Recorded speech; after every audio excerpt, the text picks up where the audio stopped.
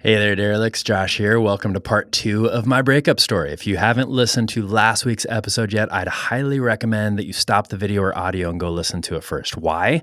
Because part 2 today really builds on part 1 from last week. Both last week and this week may be the two most vulnerable episodes I've ever shared on this podcast. The first one was 5 days after breaking up with my girlfriend of almost 2 years, and this one is a month later after breaking up. So if you haven't listened to it, please go listen to that one first. I promise you that it will be helpful. As a recap for everyone else, during the first episode, I tried to focus on my mistakes and covered such topics as amends, addiction, recovery, healing. I recorded it only a couple days after our breakup, but I was still able to process a lot in those few days, but it was still very fresh. This episode was recorded a month later, and some of my perspective had changed. Isn't that interesting how that happens with time? I still decided to publish both episodes because I want this podcast to be as authentic and vulnerable as possible, so you all, especially you men, can feel free to do the same. As of today, it's been about 2 months since the breakup, and frankly, it's given me a lot of time to process and heal from different things.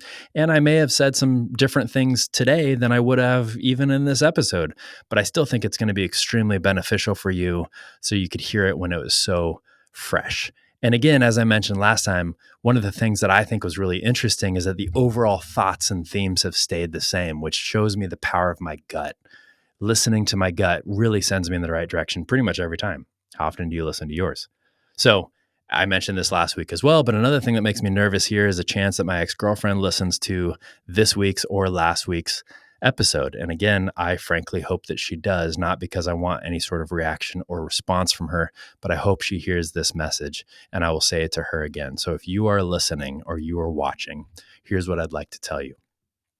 And I think the rest of the audience this will be meaningful as well. I just want you to know that I still care for you as a person. I don't want you back, but I think about you and I pray for you to become healthy and become active in your recovery and healing journey. I hope you choose that path. I'm still here for you if you need someone to talk about your recovery journey with appropriate boundaries, of course. But I hope that you choose healing and recovery moving forward. And I hope that for all of you, to all the listeners, please just, again, let me encourage you. If you have gone through any sort of relationship transition, which who hasn't, and somebody's hurt you or disappointed you, living in anger, resentment, fear, grief about whatever's going on is not going to help you, and it's not going to help them. Whether you were the victim or they were, none of it's material. Let me encourage you from the bottom of my heart. One of the things that's helped me the most in my healing journey is to be able to be open to praying and encouraging, even from a distance, that person that may have hurt me. I've been through several breakups now, and they're always extremely difficult. But one thing I know is that if I choose the path of healing and recovery, and I choose not to dig deeper into my addiction or medicating through the pain, it's always better for me. And frankly, it's always better for any sort of future relationship I have with that person, no matter who it was, a friendship, a girlfriend, a wife, a spouse, whoever. So I hope you enjoy the episode. Please let me know what you think. Please add comments below. If you're on YouTube or if you're listening in, jump on YouTube and add some comments. Subscribe as well, please. That's how we get this message out to more people. I really, really hope that you're excited to listen to this. I'm excited and nervous to have you listen to this episode, frankly.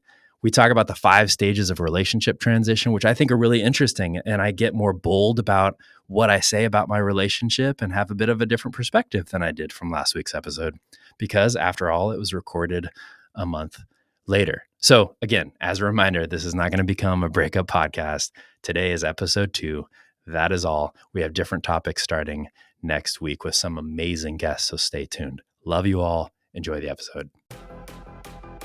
Anyone that goes through a breakup, there's only 2 choices. Number 1, you can go through a recovery and healing process. Number 2, you can go through a relapse and addiction process. Recovery and healing. Do you choose to work on yourself? Do you choose to go to therapy? Do you choose to talk with mentors? Do you just choose to exercise more, eat better, fill your mind, meditate, take space and take time by yourself? This is key here. The second option is relapse and addiction. Do you dig into negative patterns for yourself? So that could be another relationship. It could be drugs or alcohol or shopping or overeating food or doing something to numb out, doing something to actually dig deeper into your unhealth. When you come to this T in the road of a relationship, are you going to choose health or are you going to choose unhealth? I've done both. Welcome to the Derelict Podcast. For the disparaged, depleted, and delinquent souls trying to find our way, we're talking about the scary part of the journey, where we don't know how it'll end. Let's be free to face our fucking failures in real time as the most unadulterated, truest version of who we are. No sugarcoating. Welcome to the shit show, you derelict. My girlfriend makes me want to be a better person so I can get a better girlfriend. Anthony Jeselnik. What a better way to start the Derelict Podcast on part 2 of Dating Fails. Welcome to the Derelict Podcast. I am your host, Josh Abandonato, as usual. Now, here's the deal. If you watched last week's episode, which I would encourage you to go watch before you listen to this one, it's a little bit of a buildup. Last week was kind of long. I had my lovely friend Veronica on here, and she did a really great job of just asking questions and getting to the heart of what I learned from the breakup with my recent ex-girlfriend. Now, just like last week, just like this week, and by the way, this is only part 2. There's not going to be a part 3, so don't worry. The whole podcast is not going to turn into dating failures. But just like last week, just like this week, this is not about my ex-girlfriend. It's not about any of my ex-relationships. The purpose of this is not to come on and start bitching about somebody, which I could do, but I choose not to. Why? Because first of all, I don't live in any regret. Second of all, I love and care about her specifically very much, and everybody else, I still care for them. This is not about that. The reason that I'm doing part 2 is because I realize that there's a lot more that we didn't get into part 1 that I think would be really helpful for you. So if you are going through a breakup, recently have gone through a breakup, have ever gone through a breakup in your life, are thinking about going through a breakup, any sort of relationship transition. Now, I would obviously primarily talk about romantic relationships, partnerships, etc., but even changes in friendships, I think, can apply here. So why did I start with that quote? Well, it's funny, it's engaging, hopefully it got your attention. But again, we're not going to be talking about her or any of my exes. I wish them all the best. However, we are who we attract. So while that quote is funny and it's blaming the other person and basically saying, hey, I want to become better, we are who we attract. We are the people we surround ourselves with. We are specifically the people we mainly surround ourselves with. Specifically, our partner, our girlfriend, our spouse. So that's really important to know. But the other thing is that it's also important for me and all of us, I think, to take full responsibility for who we are. I recently read a quote by Stefan Arnio, and he said, "A boy becomes a man when he chooses to take responsibility for everything in his life, when he owns his problems and decides to own the good and the bad and commit to becoming better every day." That is my commitment. That is my commitment to you as the listeners, followers, watchers of this video. And I would encourage you, please, if you know anyone that is going through a breakthrough, that was a Freudian slip, but it's meaningful. We'll talk about that in a moment. If you know of anyone that's going through a breakup, has recently gone through a breakup, or is considering going through a breakup in the near future, please send this to them. I think that it's going to be extremely powerful for them.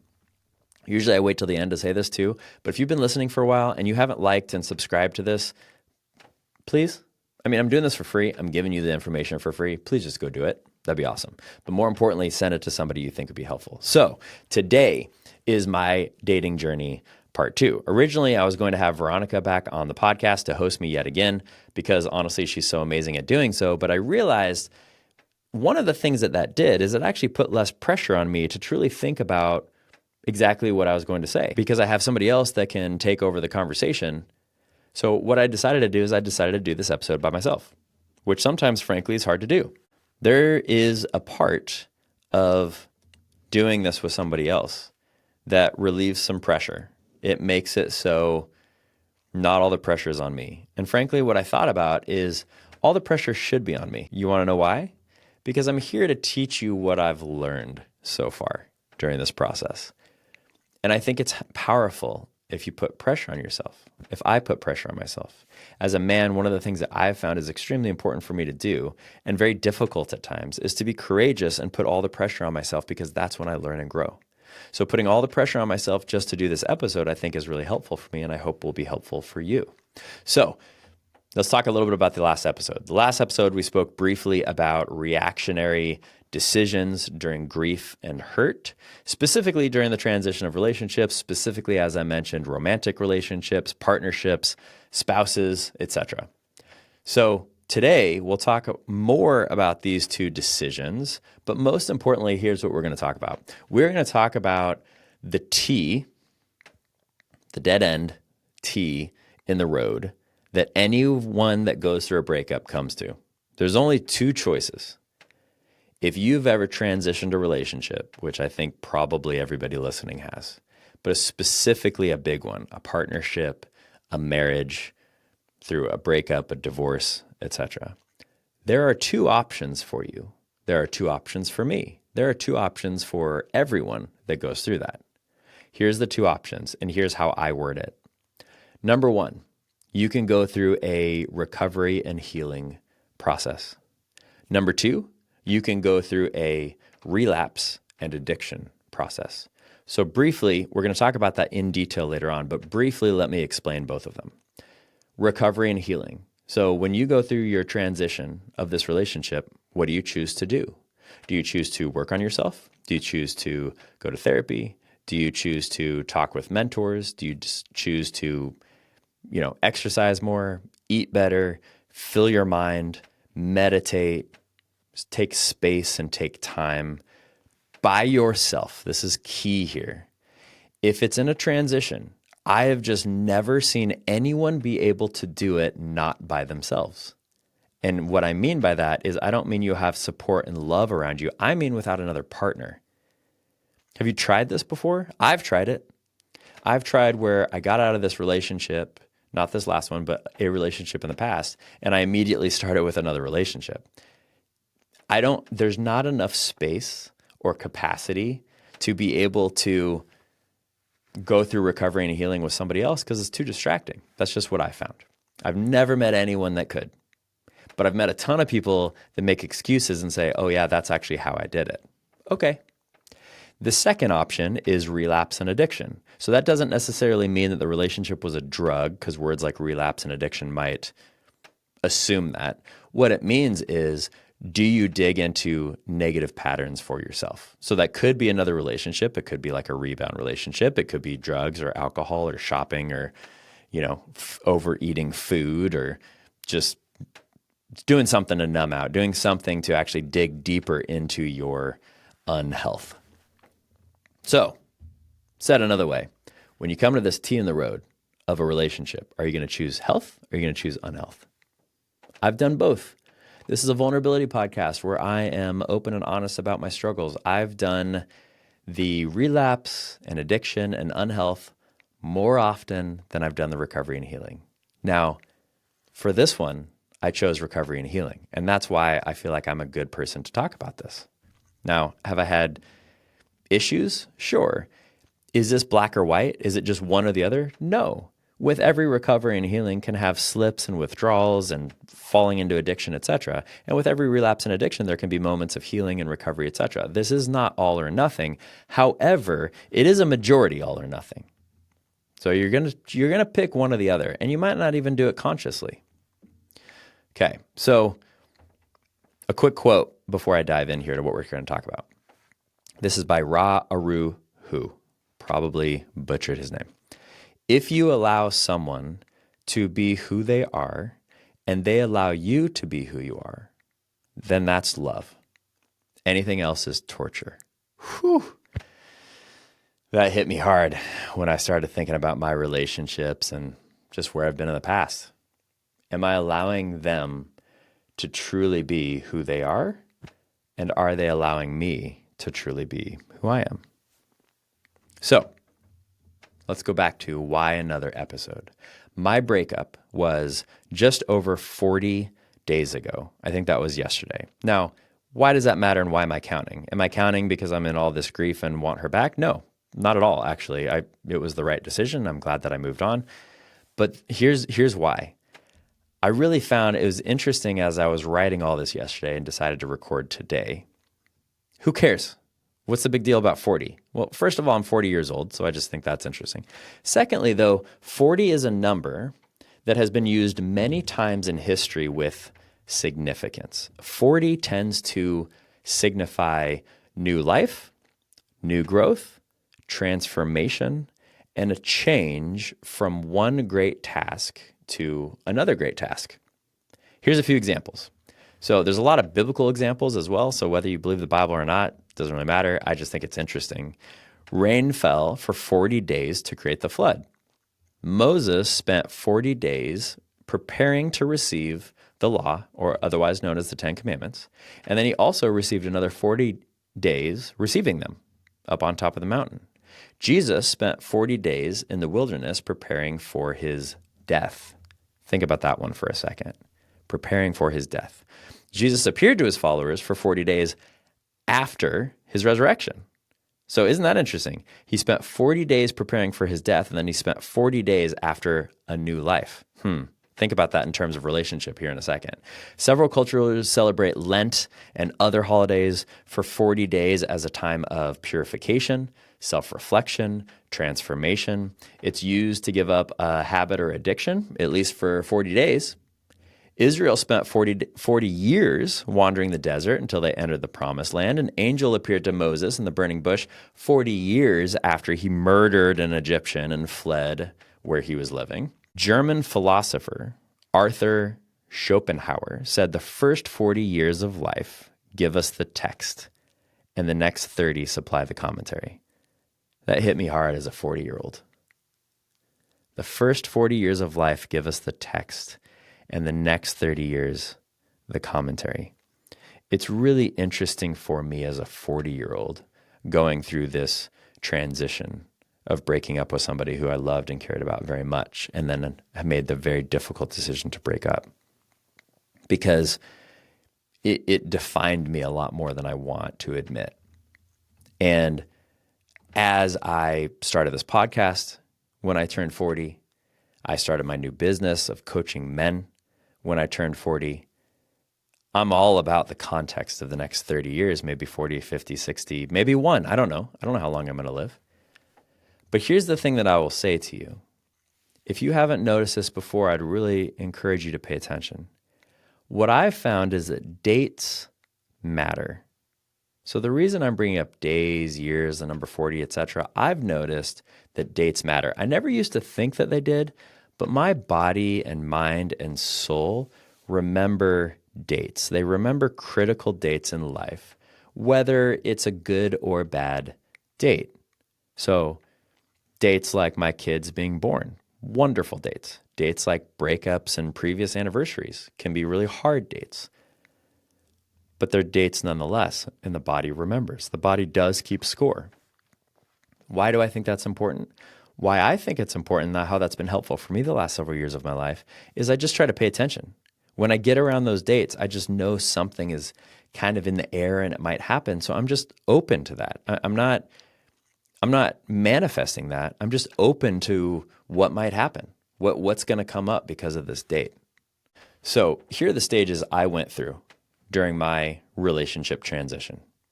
And honestly, write them down or not, but I'd really encourage you to listen to these because I think they're really powerful, and then we're going to walk through each one of them. So the first one is responsibility. In other words, my own actions. How can I take responsibility with my own actions? Second one, reaction. Whether it's gut, God, or intuition. What action am I taking? What am I going to react to? Third one, rejection. The whole it's not me, it's you thing. How do we deal with rejection? Whether we are the rejector or we are the rejected, there's still rejection. Number 4, response. That T in the road that I talked about earlier. And then number 5, reflection and recovery. How do I choose to respond for a new me. So responsibility, my own actions. Reaction, God got intention. Rejection, it's not me, it's you. Response, T in the road. Reflection and recovery, a new me. So let's talk about each of those. And frankly, speaking of my own actions, I wore this shirt on purpose today. Let me get up high enough to where you can see it. The version of me you created in your mind is not my responsibility. So as we dig into responsibility, the reason I'm wearing this shirt and the reason I printed this shirt, I got it made specifically. The version of me you created in your mind is not my responsibility. So as we get to stage one, talking about responsibility, what is my responsibility? What are my own actions? So here's what I encourage you to do. If you're going through this process right now and you're trying to figure out, how do I only take responsibility for my actions? How do I only take responsibility for my side of the street? As a recovering codependent, that's sometimes hard for me to do. Sometimes I want to pull on other people and take on responsibility for them. And we can't do that. That's not healthy. And I know that. So for me, the questions that I found of asking myself through this process is, what do I need? In other words, staying a curious observer of what do I need, and also what is my responsibility? So what are my actions, and what do I need to do in order to take on responsibility for my own actions? So let me read you a quote. This is anonymous. I don't know who came up with it, just found it on the internet. It says, "A man with ambition needs a woman with vision, not a little girl who likes to party. Your woman should be an asset to your life, not a liability." I thought that was fantastic. And again, not speaking of any of my exes here, I'm just saying, when I was starting to take my own responsibility, trying to figure out who I was, what I was in the relationship, why it was ending, ultimately ending it, and then frankly afterwards processing all of that. What I started processing was, how much of an asset was I to my girlfriend? How much of an asset was she to me? And how much of it was a liability because of whatever reason? And that, I did that with a curious heart, not to shame myself, not to shame her, not to shame any relationship I've been to, but more of just a curious, like, what was it that kind of caused this? Not because I want to know the reason why.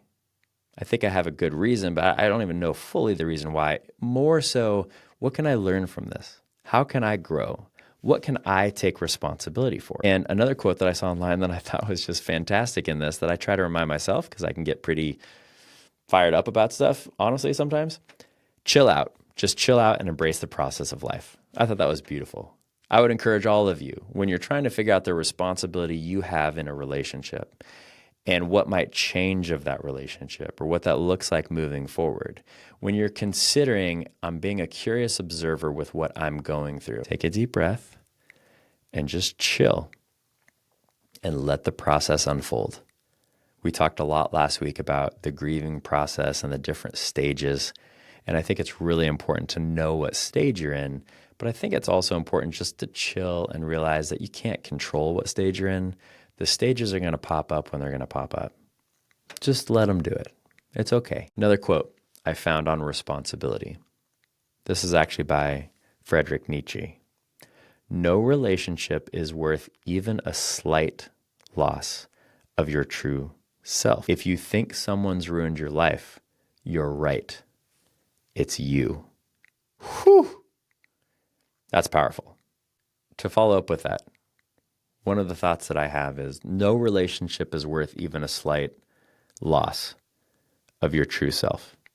So are you in a relationship where you're losing yourself? This has less to do probably with my recent breakup, more to do with my marriage. But I lost myself a lot in past relationships. I'll be vulnerable with you guys and tell you that. I've lost myself a lot.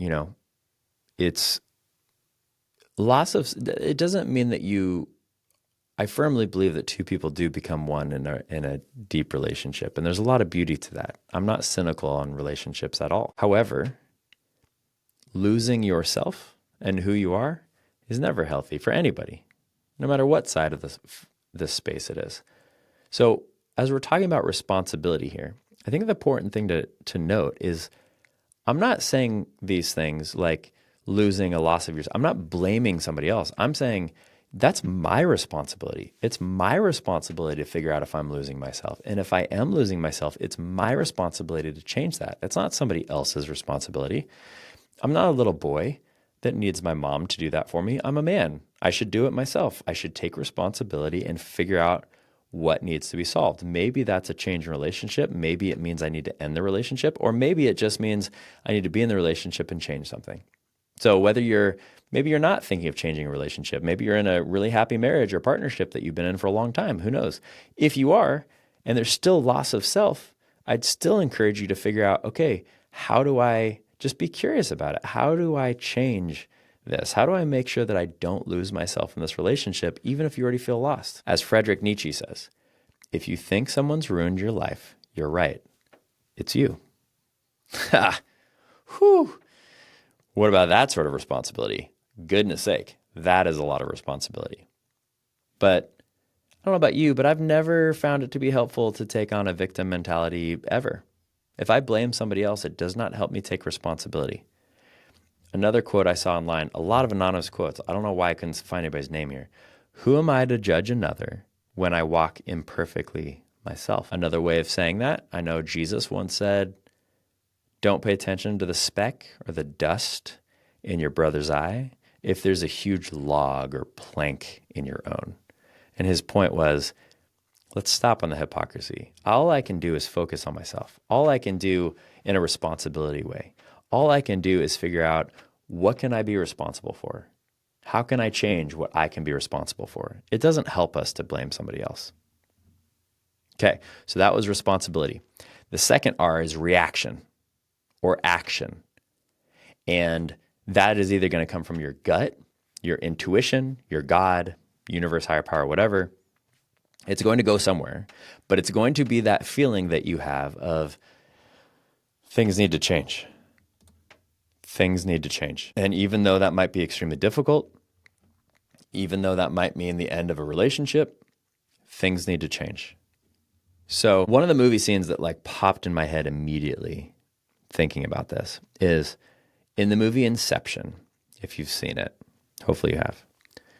There is, the basis of the movie is that you get into dreams and you change people's subconscious so they feel and act differently, basically. It's an overly simplified meaning of one of the best movies ever, but there you go. And there's a scene where Leonardo DiCaprio and his character and his whole team are about to get, or at least talking to this guy about him hiring them for a specific job. And Leo basically asks the guy, he says, well, how can you guarantee me that this is going to get done? Because he's looking for something as well, right? How can you guarantee me this is going to get done? The other guy says, well, I can't guarantee you it can get done.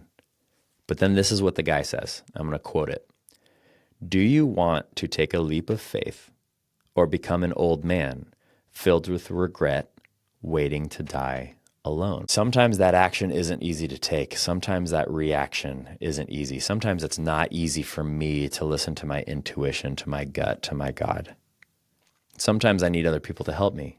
If you need somebody to help you and you're in the middle of trying to figure something out, please reach out. I specifically coach men for this reason. Sometimes we just need a mirror. It's not that I know any more than you. It's not that I'm smarter than you. Just like I'm not with myself.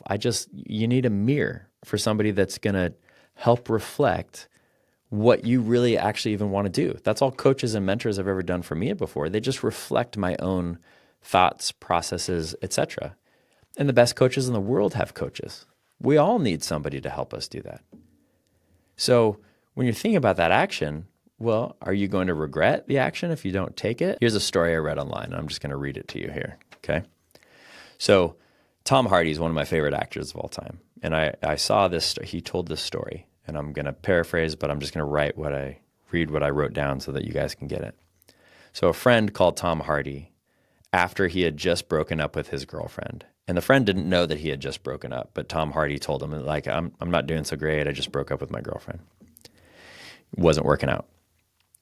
And his friend reminded him of a story that apparently there was this flood somewhere in England when they were younger. And he reminded him of a story of a boy that got his foot stuck in a grate during the flood. And the river kept rising and rising and rising and eventually turned into this massive flood and the boy drowned. Tom Hardy's friend told him that that wouldn't have happened to him. And Tom Hardy was like, well, why is that? He said, because I would have told the people to cut off my foot now. And he reminded Tom Hardy that sometimes you have to cut off a little piece of yourself, no matter how much it hurts, in order to grow, in order to move on. So is that true for you?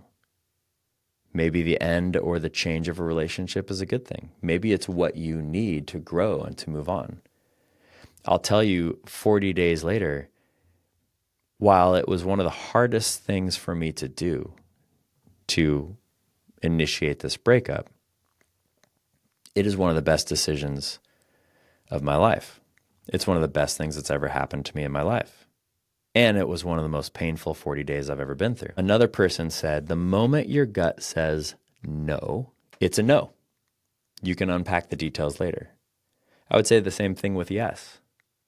I know for myself, when I finally got to a point where I was like, this has to happen, I knew it needed to happen, and I didn't know why. I didn't have a lot of the details. I just knew down here, you can't see, but down here in my gut, I knew this is the thing that needs to happen. And then made the decision, and then second guessed myself a bunch. Tried to figure out, hey, did I make the right decision? And it took a while to unpack that to finally get to a point where I was like, yep, absolutely, it was the right decision.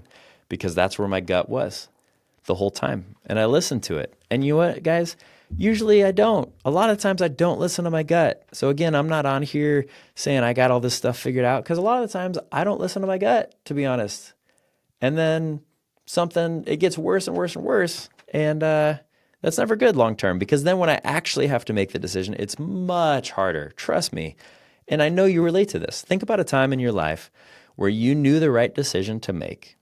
You didn't make it because you were scared, it was difficult, you second guess yourself, all the reasons I've done, right? And then you eventually had to make the same decision later. How much harder was it later? How much easier would it have been if you just made the decision up front? Steve Jobs quoted, I'm going to mess up this quote, but he said something to the effect of one time, he said, I'm more proud of the things I've said no to than the things I've said yes to. And his point was, when his gut told him it's a no, it's a no. I can figure out why later. And he didn't know why it was a no much of those times, but he still he went through it. And he just decided to, go with his gut and be okay with whatever his gut said, even if he didn't fully understand it. All right, so we've gone through what? Responsibility, my own actions. Can't blame anybody else. It's me. Reaction. What is my gut, my God, my intuition telling me to do? The third R is rejection. It's not me, it's you. Keanu Reeves said a really good quote that I'm going to say here that I saw online that I loved.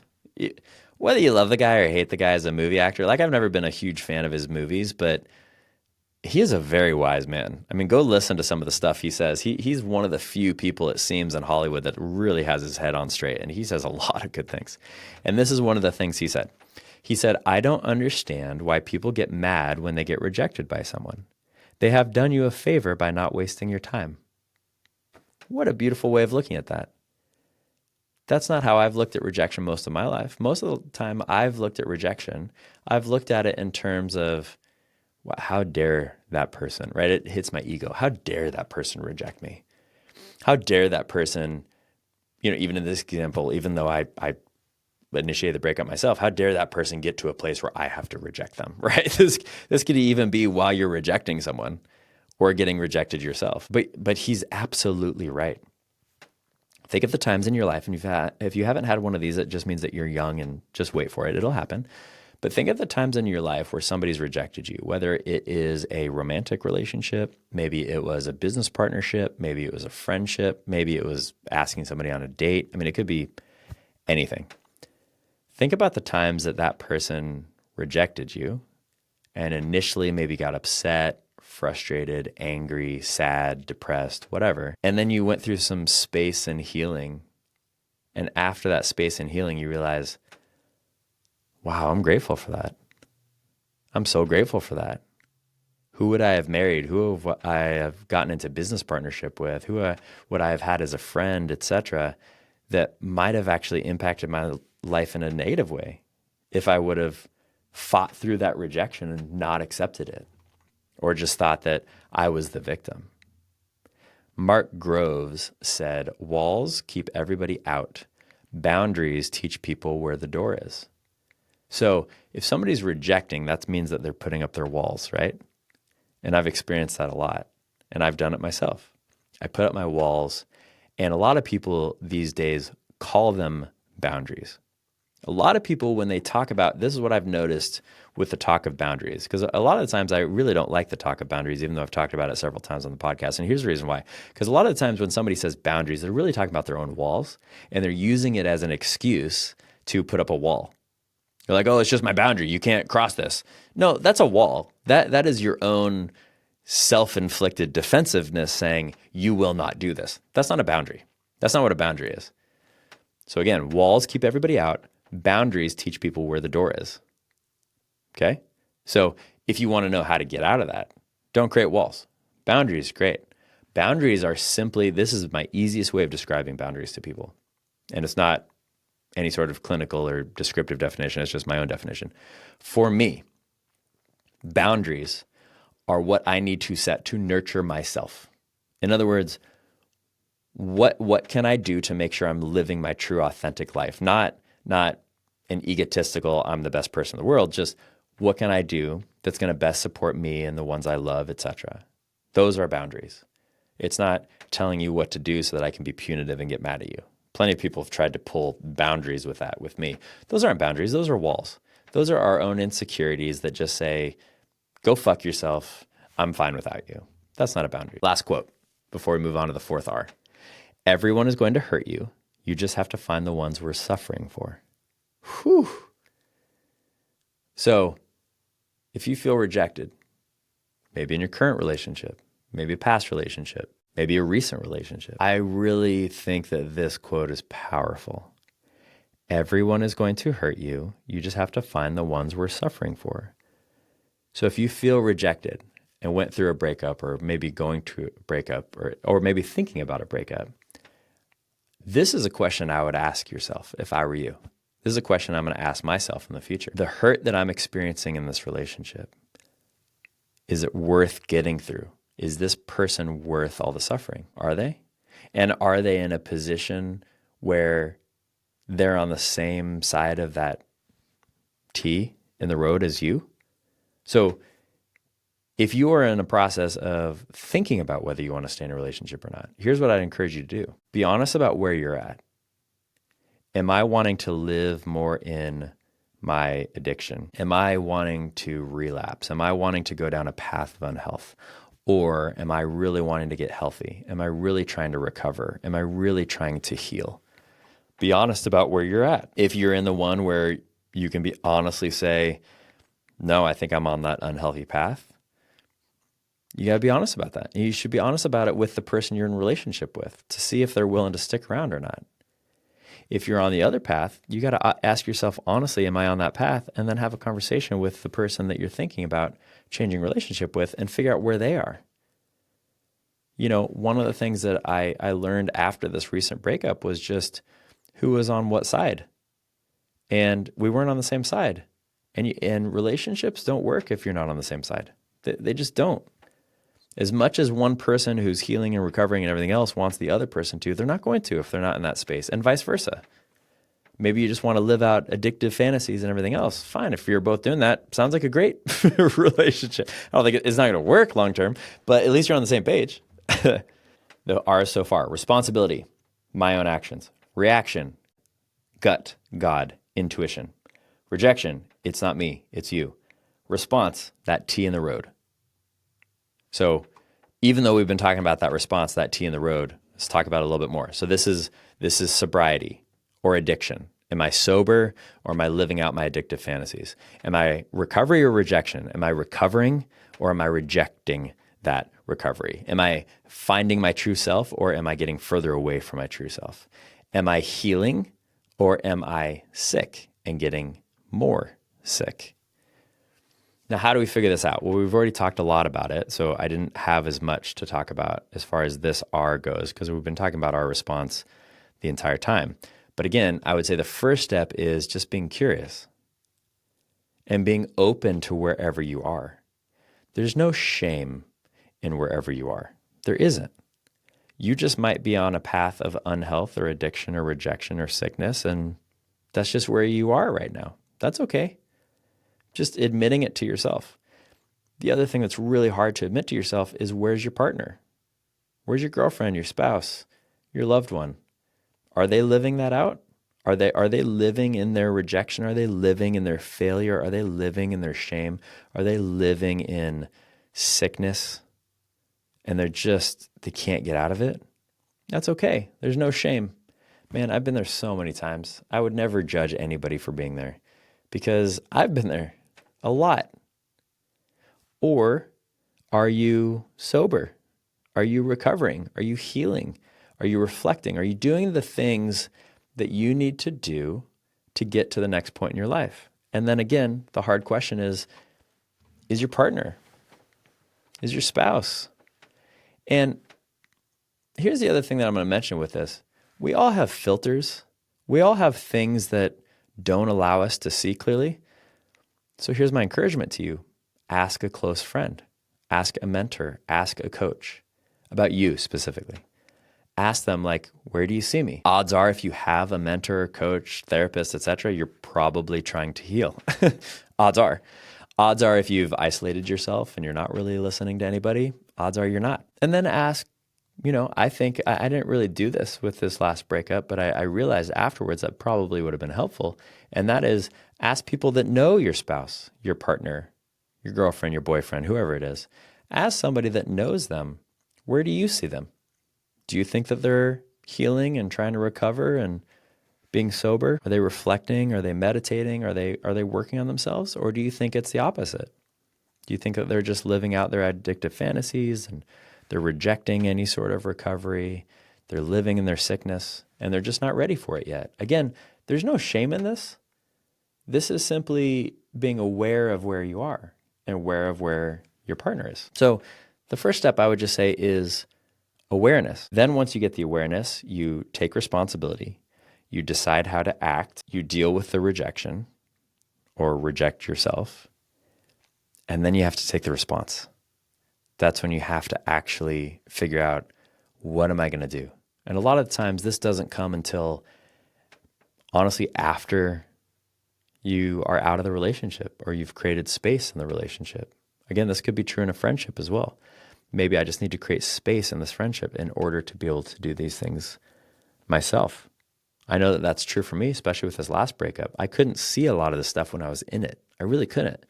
It wasn't until I got out of it and I got some space, and especially this 40 days has been really impactful for me because I really felt like, especially 40 days later, it was like everything was clear. And I'm not saying that I won't have more clarity the next 40 days from now or the next year from now, et cetera. I'm not saying that I've arrived, but we did the first episode last week, was 4 days after. This one's 40 days after. Maybe it was 5 days, but let's just call it 4 because the numbers work better. So the first one was 4 days after. This one's 40 days after. And the amount of clarity, recovery, and healing and everything else that I've had has been amazing, which I'm hoping you're getting from this episode. Okay, so responsibility. All I can do is deal with my own actions. Reaction. What is my gut, my God, my intuition saying that I need to do? Rejection. Dealing with, it's not me, it's you. Either way, how do I feel rejected? How am I rejecting? How do I feel rejected myself? What's my response? That's that T in the road. What am I going to do? Am I going to heal or am I going to get more sick? Am I going to be a victim or am I going to be a victor? Am I going to figure out how to get through this or am I going to dig deeper because I don't want to touch my feelings? I don't want to deal with them. I want to medicate them. I want them gone. And then fifth, if you choose to take the healthy path, which I hope you all do. I hope to God you all do. Welcome. It's a beautiful path. It's hard as fuck. It's the most difficult thing in the world for me. The most difficult thing in the world for me is to face all my shit, my difficult emotions that I don't want to deal with, the grief that I don't want to go through with, the times where I feel like everything's fine and then all of a sudden just start crying out of nowhere, get angry or get pissed or whatever happens. So number 5, reflection and recovery. A new me. What does that look like? How do I become a better version of myself from something that is really sad? I'm still not excited that I went through this breakup. It was a beautiful relationship in a lot of ways, but it needed to end. And now there's a new me, just like there has been in every other relationship that I've come and gone out of. Back to Nietzsche. You must be ready to burn yourself in your own flame. How could you rise anew if you have not first become ashes? Oh, that's intense. You must be ready to burn yourself. How could you rise anew if you didn't come out of the ashes? Coming out of the ashes, coming out of the ashes. When I first did a vision board, one of the pictures that I put on there was a bunch of just black lava rock. And coming out of the black lava rock was this beautiful little yellow flower. Coming out of the ashes. That's one advantage of a relationship ending. My divorce still is by far the most difficult, traumatic, insane thing I've ever gone through. And I've had a lot of failures and struggles and fuck ups in my life. It's still number 1. And it also taught me the most. It also healed me the most. It also gave me the opportunity to become this little yellow flower when I thought my life was over. You guys, if you're going through this, please know you're talking to a guy that, like, if I didn't have kids, I don't know if I'd still be here after my divorce. I really thought it was over for me. I didn't think that there was any purpose in living. Thankfully, I never got suicidal because of the fact that I love my kids too much and I would never do that to them. But man, without my kids, I don't know what would have happened. I was a mess. I was a disaster. But out of that came this beautiful little yellow flower. I'm calling myself a beautiful little yellow flower. It's wonderful. But that's not my point. My point is that this new me I wouldn't trade for all the money in the world. Concentrate on improving yourself, not on proving yourself. Let me say that again. Concentrate on improving yourself, not on proving yourself. I don't know about you, but when I go through relationship transitions, one of the things that I find myself doing and being defensive is to like prove that I did the right thing, or to prove that this is the best thing for me, or to make sure that my image is maintained, etc. So this is really, really helpful for me to remember. It's about improving myself. It's not about proving myself. I have to remember what my shirt says. The version of me that you created in your mind is not my responsibility. You can have whatever vision of me you want in your mind. It goes for everybody on this podcast, or everybody that views this podcast or listens to this podcast. And there's, speaking of which, so like, I've gotten a lot of great comments about this podcast and thumbs up on YouTube and likes and everything else. And by the way, if you're listening to this, go check it out on YouTube, please. Would love to have more subscribers there. That'd be fantastic. But then every once in a while, I'll get a thumbs down on YouTube. And the interesting thing about a thumbs down on YouTube, and feel free to give one if you hate this episode, I don't care. The interesting thing about that is I have no idea where it comes from, just like I don't with a thumbs up. So it's a mystery. So who knows? It could just be some pissed off ex being like, fuck you and your podcast, because they might be living, like I said before, in the unhealth. And I've been there before, you guys. If I'm living in bitterness and resentment and anger, which I hope you can just see from my face and how smiley and everything else I am, I'm not living there. This is not fake. I feel glorious today as I'm talking to all you guys. Now that might change by tonight. Who knows? My emotions go all over the place sometimes. But in general, I have such an amazing and blessed life to where that stuff just doesn't, who cares, man? Let everybody else have their version of you. It's okay if it's not the way you see yourself or the way most other people see yourself. That's okay. Again, if you spend all the time constantly trying to prove yourself and your own worth and who you are, you're never going to improve yourself. So I don't know about you, but I'd rather spend the time improving myself than on trying to prove myself. All right, here's a story that I read that I'm just gonna read because I thought it was really powerful. So, Kobe Bryant, one of the GOATs of basketball, one of maybe the GOAT of basketball. If you don't follow basketball, Kobe Bryant is one of the greatest. Some say the greatest basketball player of all time, but an amazing, amazing basketball player. Here's the story. One time when he missed 3 shots to give his team the win, he missed all 3. Had 3 different opportunities to win the game. He missed, and then he missed, and then he missed. So after the game, he sat down on the bench, kind of had his hands over his head, towel over. All the reporters are waiting to talk to him. And then he began walking off the court. A reporter cornered him because they really wanted to get an interview.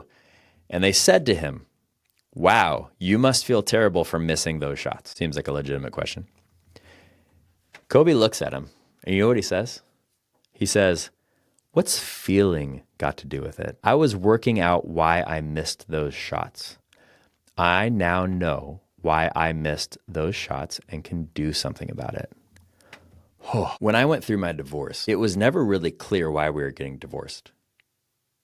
It was not a good relationship. It definitely should have happened, but it was never really clear why. It was never really clear why she pursued it. And I asked myself why a lot afterwards. Why did this happen? Why did this happen? Why did this happen? You know what I found out finally? Because what I found out is I was trying to prove myself. I was trying to figure out why that happened, why the emotions came up, etc. And the entire time I was asking why, when I was trying to figure this out, I wasn't spending time improving myself. Because when you're asking why and you're trying to prove yourself, you can't improve yourself. It's impossible to do both at the same time. So maybe the last anonymous quote I'll say, "This comeback is personal. It's an apology to myself for putting up with what I didn't deserve." I'd encourage you to think about that. My mentor often says to me, there are no wrong choices. There's just consequences. And what he means by that is he doesn't mean, I don't want to get this taken out of context and then I get canceled. What he's not saying is, like murdering somebody's not bad. That's not what he's saying. What he's saying is when you're dealing with relationship decisions like this, like let's say you end a relationship, you don't end a relationship, there's no universal truth of whether that was right or wrong. You could argue both ways, whether it's a divorce or breakup, etc. You could argue both ways that it was good, bad, indifferent, whatever. So his point is the choice itself doesn't really matter. The choice was made. Hopefully you made it with the best intentions from your gut, your God, etc. What's important after the choice, though, is what are the consequences and what are you going to do about it? Is it going to be a comeback story for you? Are you going to choose to become a better version of yourself? Are you going to choose the healing path? Are you going to choose the path of recovery and healing and getting to know yourself and being more honest and vulnerable and open with your emotions and everything else? Or are you going to pick the path that a lot of people pick of anger and resentment and bitterness and victim mentality? If you are this person, or if you've ever met this person, the person that broke up with their ex 30 years ago, and they're still bitter and angry and resentful about it. Whether they did it or the other person did it, doesn't matter. You've met that person. And if you haven't, there's a lot of people out there like that. I've met several people in my life that are still bitter and angry and resentful from something somebody did 30 years ago. Maybe it wasn't even a breakup. Maybe it was just this resentment they've held all of their life. And I can tell you what, you can't heal if you hold on to that. I would encourage you, if you're holding on, just take some time today. Maybe journal out some like anger and resentment that you feel towards anybody, just anything that comes to mind, and let it go. Just let it go, because it's not serving anybody. It's definitely not serving you. I promise you, I've done that so many times in my life, and every time that I do, it doesn't serve me. Now, it doesn't mean that you can't grieve. I've grieved plenty the loss of this relationship and others I've had in my life. It doesn't mean you can't grieve. What it means is it does no good to have any sort of bitterness, resentment, anger.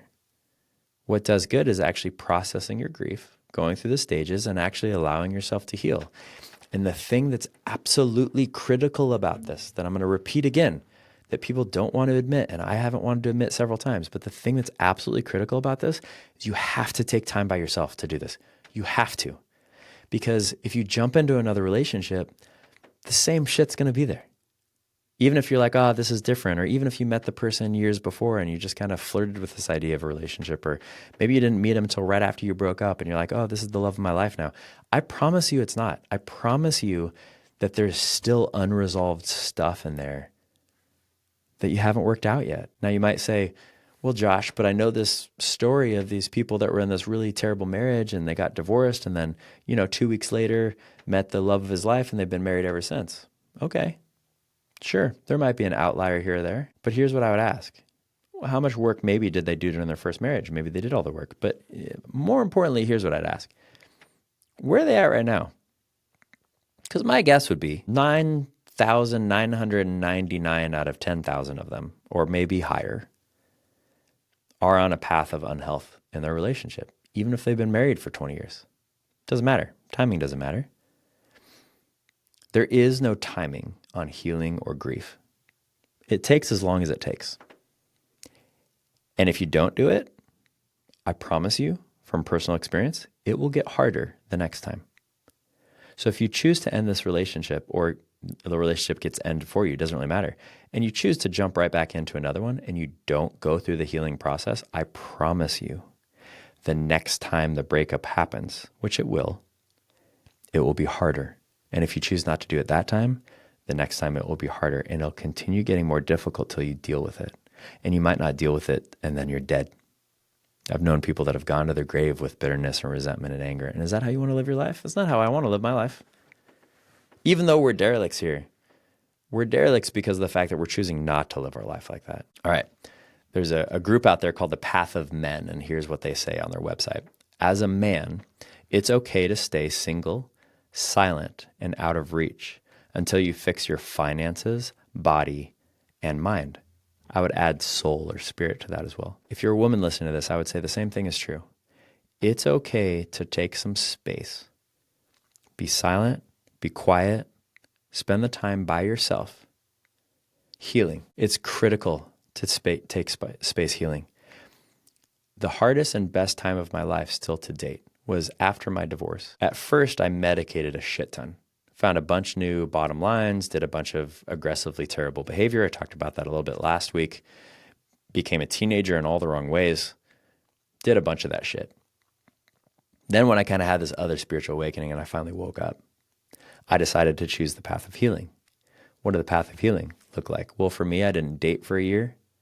I went into active recovery, therapy, mentorship, coaching, working on myself, working on my body, working on my mind, working on my spirit. Most importantly, my spirit and my mind, because I'm just letting you know, especially guys often think, well, if I just work out, everything's going to be fine. No, it's the other way around. If you work on your mind and your soul first, your body will follow.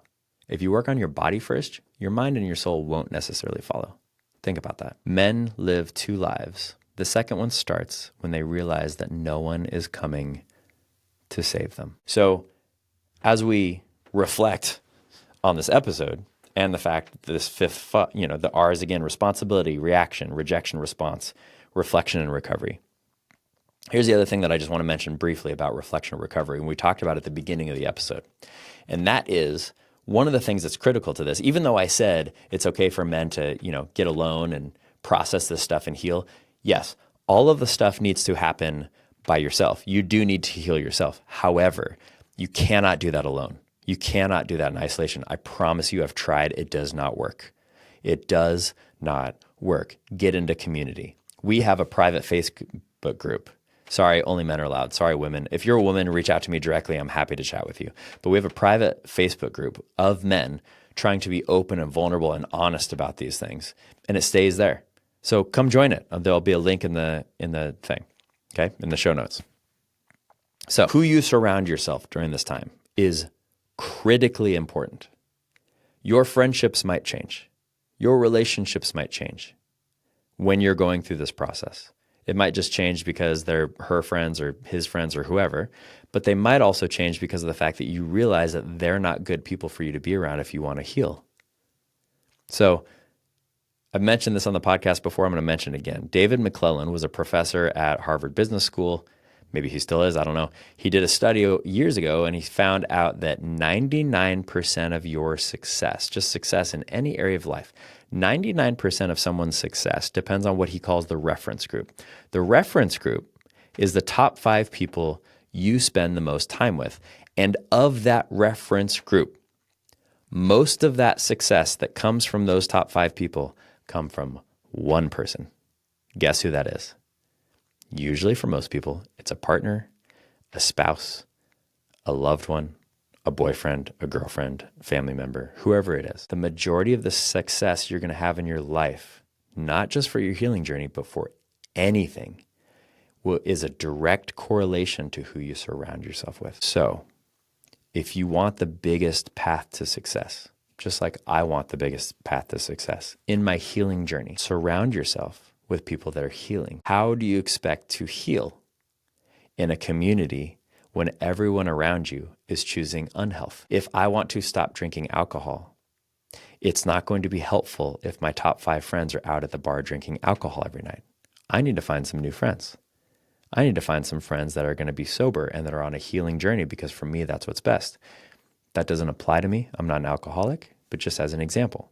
If I want to heal, like I do continually still from my breakup, I need to be around people that are also healing, that are working on themselves, that are in therapy, that are in 12-step, that are talking to pastors, that have mentors, that have coaches, that are working on themselves, that are that they're journaling and they're meditating and they're mentoring other people, etc.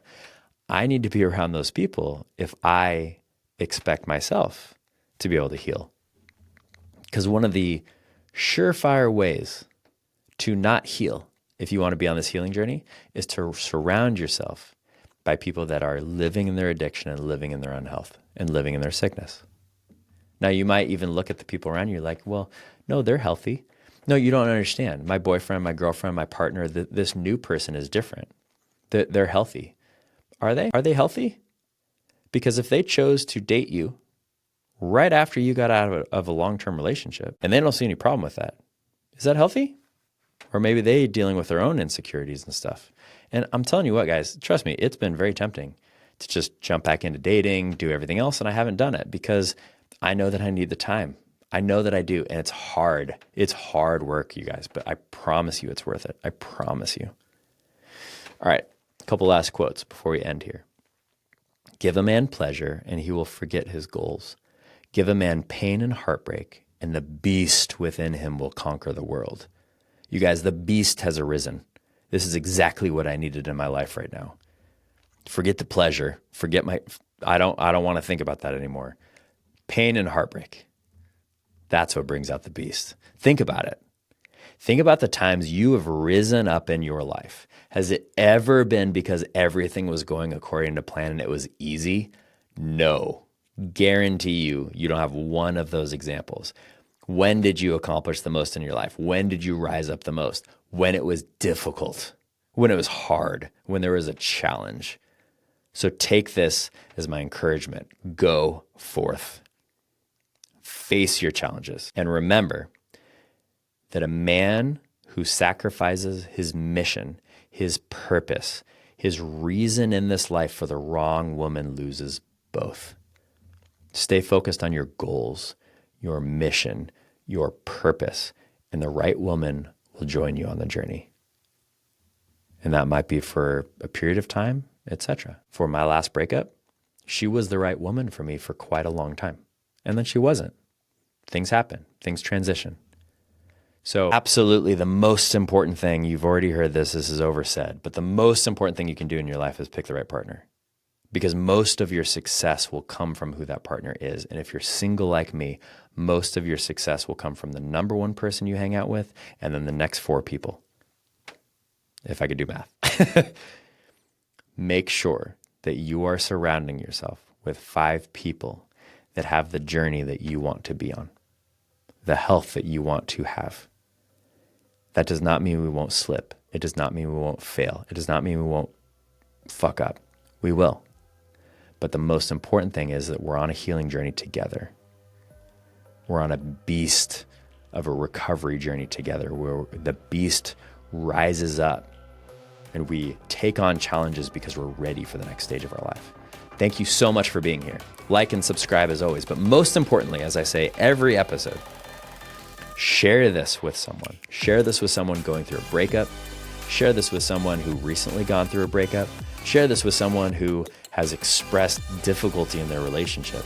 Maybe this will give them just the little push they need to do what they need to do next, as difficult as it may be.